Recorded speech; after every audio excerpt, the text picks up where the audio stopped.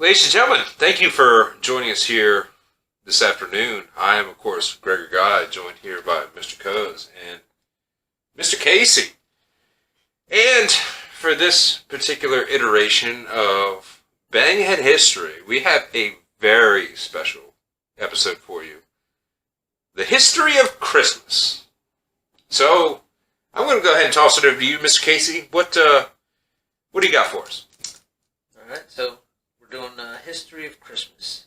And Christmas by name is the celebration of the birth of Jesus Christ. Obviously, it's in the Christian religion. And then there are conflicting arguments on which day Jesus was actually born, which I'm not going to get into because it's just muddled and it doesn't really matter in this segment. Fair enough. Because we could go on and talk about that for a long time. Yeah, that's true. So let's do a brief history of Christianity. I know you're having fun with all the religious stuff here. Not having fun yet. All right. So the Bible states that in 50 A.D. the first church was built, and then in 64 A.D. Nero blamed the Christians for the fire in Rome, and it became illegal to be a Christian, and you would be persecuted and executed. In 303 A.D., A.D., by the way, everybody should know, is after the death of Christ. Well, I believe they call it after denomination or something right. Like that. It's not after death. Okay. Well, I'm wrong then. You're right. Sure? I don't Pretty know. sure. In 303 A.D., co-emperors of Rome, Diocletian and Galerius, basically, they really turned up the heat on Christianity. That's when Christianity started becoming a real problem for the Romans in their minds. And they were just, it was like a Salem witch trial type thing where they're trying to find Christians and they're trying to kill them. Okay. And then in 312 AD, so not much longer after that, only a decade later, the emperor of Eastern Rome, Constantine, converted to Christianity. And so he basically jumped ship. it's not that he jumped ship. He was more of like he was a more educated type person, and he could just see which way the which way things were swinging. Public opinion. Right. I'm not 100% certain of that. Maybe he was a devout in his beliefs. Yeah. How influential was Christianity at that point? I mean, let's be Christianity went through like a wildfire. Went through Europe. It went through at that time. It started out in the Middle East, and then it just continued on. So it was basically like a political move. I mean, partially, but it was more just the beliefs. You know how I don't want to get too much into it, but the giving and being charitable was part of Christianity. That's right. If you would like to see us do a Banghead History episode on religion, let us know down in the comments. So I don't want to get too deep into this to that part, but now in creating the creation of Christmas, so we got the emperor of Rome of Eastern Rome is now a Christian, and now the Romans are trying to engage the people into Christianity, the people of the empire. In doing so, they trying to absorb some of the Roman holidays. So, in the Roman holiday during the winter solstice, which was the more prominent holiday of Roman culture, and they basically just said Jesus was born on this day, not knowing exactly when, but just to basically absorb the Roman holidays during the winter solstice. And that holiday was Saturnalia, which happened between December 17th and 25th of that time period. Is that like Sagittarius? It was the celebration of.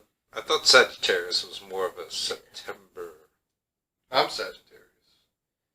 Well, which is all the month. I mean, maybe I'm wrong. I'm just saying with the constellations and stuff. Saturn is was a Roman god. I can't 100% remember which one. I think Saturn is Neptune's. I don't want to get into it. Neptune's the sea, but we're not getting into the whole. But basically, Saturn is a Roman god. They celebrated the winter solstice and the rebirth of the seasons during December 17th through the 25th. So let's talk about what they did during the general Saturnalia celebrations. So during this time, people would not work.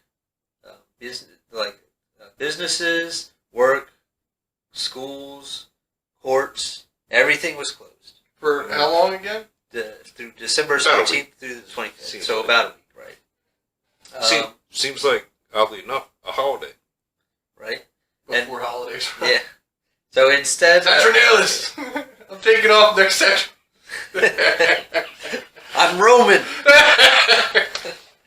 So instead of working, they would gamble, they would play music, they would feast, all the things that you would generally believe. Orgies. I mean, that could have happened. Okay. It probably did. Roman. And so during this time, even the slaves of the time would not work. So even during Saturnalia, not only would the people and the citizens not work, but the slaves would not work either. How generous. I mean, I guess it's better than nothing at some point. You know what I mean? Here's the most entertaining part of the celebration to me was that each household would elect a head of mischief. Mischief? A head of mischief. So the one person in the household would be head of mischief. His job was to plan party entertainment. So all the parties and stuff like that, he would plan and gather. It was always male? I don't know. I don't know the answer to that. I would assume so. Back then. Yeah. Well, for the most part. I mean, granted. I'm just wondering. And kind of in a way, he would be kind of like a court jester within the house. He would wear crazy clothing, bright colored, and he would insult his guests. I love that. That sounds like fun, to be honest with you. It really does. Okay, alright, quick question. We already know who's the head of mischief out of this group. I mean, to be honest, any one of us could be the head of mischief. Yeah, I kind of concur. Yeah, I mean, I can see it being entertaining all three ways. Any of us could totally take on that. But at the same point in time, also remember we have to do this at your house. Your house. Oh, you don't want to mess up your own house. You just want to screw up everybody else's house. Kidding me? Mess it up every fucking week. Really? That bad? We're not that bad that I know of. Like we're fucking pissing on his carpet and shit. Move the chairs around. Yeah. Fucking up my house! Anyways, on the last day of the festival, which his name is Sigillaria, family and friends would exchange gifts. So almost, which would be the 25th, which is almost just like Christmas. So it was on the 25th? On or about the 25th. In the week. Yeah. The whole festivities. Right. So like kind of like Hanukkah, because everybody kind of, or did they just give gifts once? Well, once in the end is kind of what I took. Yeah, once in the end is what I read. I didn't get too far into it. There was also reports that groups of people would go through the towns, and they would basically kind of cause mischief around the homes of the wealthy, and the wealthy would have to appease the people. So he'd have to come out with gifts or food in order to keep the people from basically harassing them. So they were throwing shit at his Yeah. Here you go. Here's a loaf of bread. Stop fucking my shit up. You'll be cleaning it up next week. Yeah, that's probably true too. The other pagan religions were also absorbed that happened throughout that time. Obviously, the Yule log was more of a northern type pagan thing, which is still a thing today, and maybe not so much in the United States, but in other parts of the world. Christmas trees came from generally Germanic tribes who would decorate evergreen trees during the winter solstice. Sweden and Finland had celebrations of light throughout the year, and obviously we can see lights reflective throughout Christmas. If you just look at drive through any neighborhood during Christmas, you'll see lights everywhere. Red and blue. And then Santa Claus. Flashing lights in the city. Sandbox, what? Santa Claus. Oh, Santa Claus. Sorry. And then Santa Claus was inspired by Saint Nicholas, who was a Turkish bishop that was born around 280 AD. 280 AD? Okay. 280 AD. So I this is even have a before, question. I have a right? question right now. How did a Turkish bishop Right. turn into a jolly old white man with a big beard? I don't know how that happened. A Christian icon Yeah. was what? I mean, Muslim? Let's be honest. Even Jesus is depicted as a white man. That's true. And more than likely, he probably was more of Middle Eastern descent. That's, Egyptian or something. once like again, more or less a religious debate, which hopefully, let us know down in the comments if you want to hear us talk about it. that. So The guy wants to talk about religion. I've been saying that for 4 months, so. So not much is really known about Saint Nicholas. There is legend of Saint Nicholas, and then we can go through a couple one of the legends, one or two. Let's do it. Basically, he performed miracles, and the miracles were always to benefit the poor and the unhappy. He returned life to children that were killed by a butcher. There's a What? legend. Yes, a butcher chopped up some children and put them in a stew, and he brought them back to life. I was not ready for that. There's no way. There's no way that actually happened, though. Well, How can you I mean, cut you, up- you and I know. How can you cut You and up? I know that this didn't happen, but this is legend. This is a legend of miracles of Saint Okay, Nicholas. alright, yeah, alright. I'm good. sure it's sometime. We're going to stick with the legend right now. It's Christmas. Let's keep it, somewhat festive. But If here, your kids don't watch this, you just struggle with that one. the most famous story. Dude, I'm 40 and I'm scarred. Every year on Christmas, a butcher. Well, you have to you also have to think about the legends, right? The legends back in the if you go to like German mythology with Hansel and Gretel, the stories that we hear currently in the United States, they're very they made them sound better. Right. But if you actually read the story of Hansel and Gretel, and I can't remember who wrote the books, they made a movie about them or something like that. Those Probably made stories, a couple movies about A it. those lot stories are dark. A lot of Those stories are like, dark, and kid they are fairy tales are dark. yes. So, and we just try to brighten them up for the We sing children them of to today. 4-year-olds. For the full screen, right? Right. But there are real lessons to be learned in those stories, and the actual story themselves are very dark. So this is kind Fair of like assessment. these legends back in the day. So the most famous story of Saint Nicholas is that there were 3 beautiful maidens who were daughters of a nobleman who was so poor that he could not afford a dowry.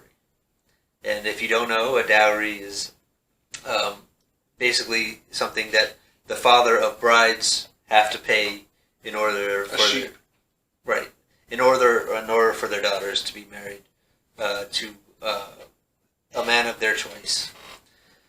And without this dowry, the maidens could not be wed.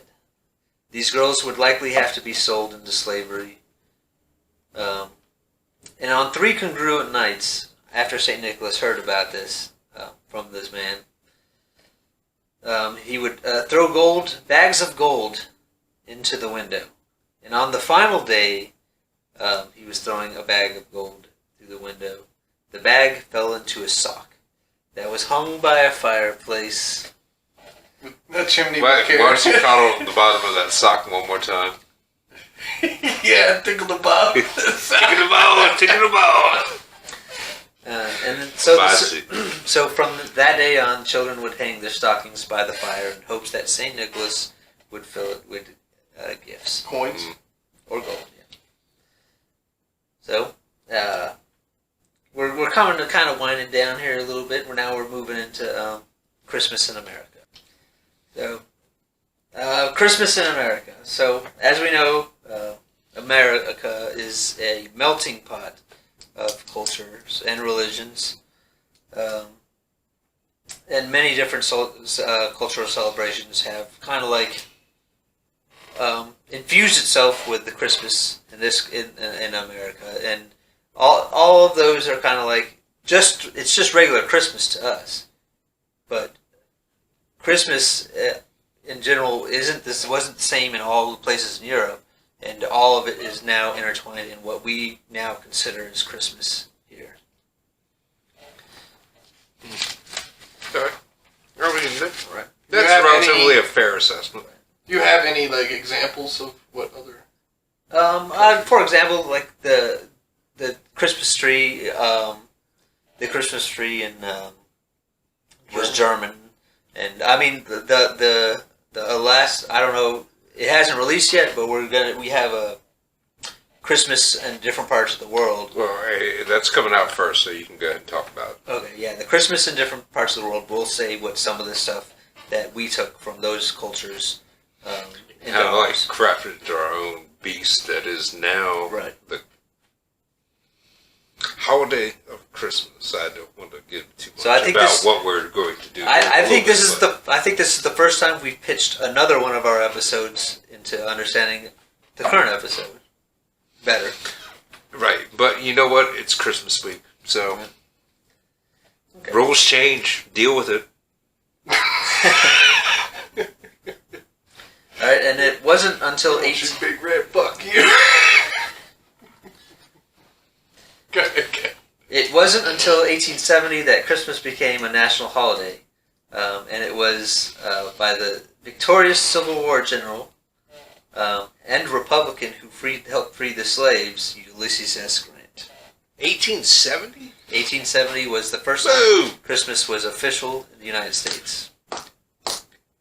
1,870 years after the birth of Jesus.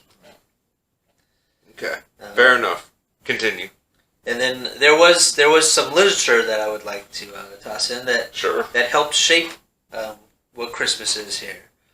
Because prior to Christmas being official in the United States and it started being carried on by everybody around, it was thought of more of like an English tradition than it was an American tradition.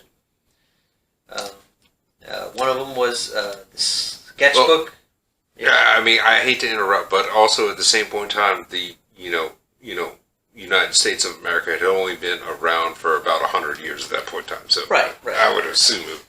Well, I'll add this in to help you understand better, but the Pilgrims did not like Christmas.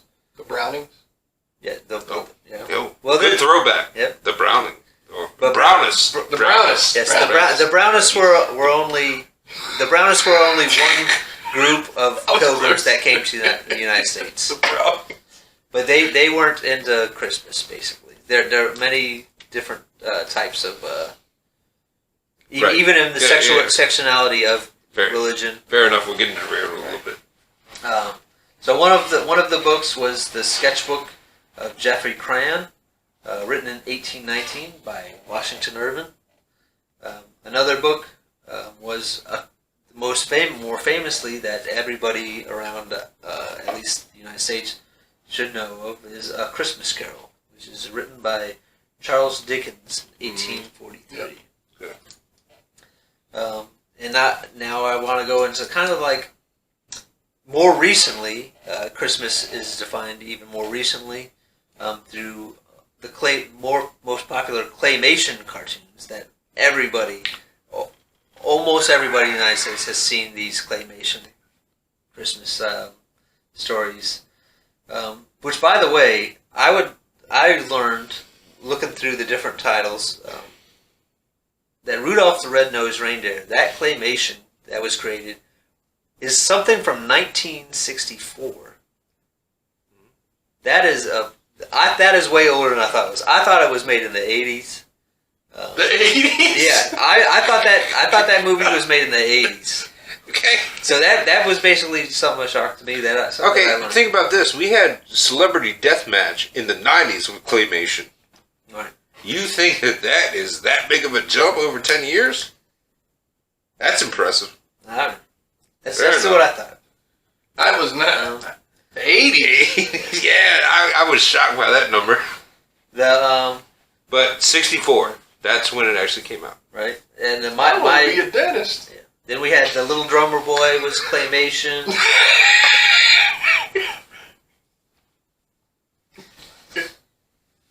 The Little Drummer Boy was claymation. The Life and Adventures of Santa Claus, which is my personal favorite claymation. Then we move in. I don't think I've ever seen that one. Yeah, I don't think I've seen that one. We move into the Grinch Who Stole Christmas, which was Dr. Seuss' book. Is very popular during the Christmas celebrations, and the most recent one that I can remember that has made a decent impact, though it's not exactly like a cultural thing, was the Nightmare Before Christmas, which I enjoy quite. Now you're just talking about like claymation stuff on that, right? Right. Okay. If you want to add other Christmas, like cultural Christmas. Santa Inc. just got so many negative. Well, I don't want to talk about Santa Inc. It's just absolute garbage. Yeah, it's trash. And that's all I got for the history of Christmas. Well, I will. This will be the last thing I say, other than our outro here. But my favorite Christmas movie of all time is Bad Santa. I don't really. I consider that more an entertainment thing. I don't consider that a cultural thing. Right? Yeah. Obviously, but I mean, we start talking about shows and everything toward the end. But like I'm saying, I actually miss the days where we go hang out with our good friend whose birthday was on Christmas Eve, and we would watch this movie year after year after year. I do want to say that Bad Santa is basically kind of like it's like a Christmas Carol, and where you start out with this super grumpy guy, and eventually he finds you know what? Guess what? Yeah, he like breaks into this. Well, not necessarily breaks into this kid's house, but he starts living in this kid's house. Right. With the crazy grandma and everything. Is your granny spry? Basically, the way I see that movie, basically the way I see that movie is just an updated Christmas Carol. Except instead of a wealthy guy, it's just some fair enough criminal. But also with a lot of profanity, correct? Right. Yeah. Well, there we go. All right, ladies and gentlemen, the history of Christmas, as presented by Banghead Productions. Banghead History Special. I can't wait to see and review this because, to be honest, I put a lot of emphasis on pushing certain people to do certain things on this, and I appreciate that very much so. Mr. Casey. I hope everybody learned something. I know I learned something when I was writing. I did too. I didn't know that Christmas was a thing until 1870. I was like, what? I didn't know the Germans I didn't know anything about it. decorated. I mean, it wasn't a thing in this country until That's more or less, from the other thing we did. But anyway, I wasn't here, so. Anyway, thank you very much for putting that together, Mr. Casey. I am, of course, Gregor Guy, also joined here by Mr. Cuz. And ladies and gentlemen out there, please remember to enjoy your family, enjoy your Christmas, and we will see you next time.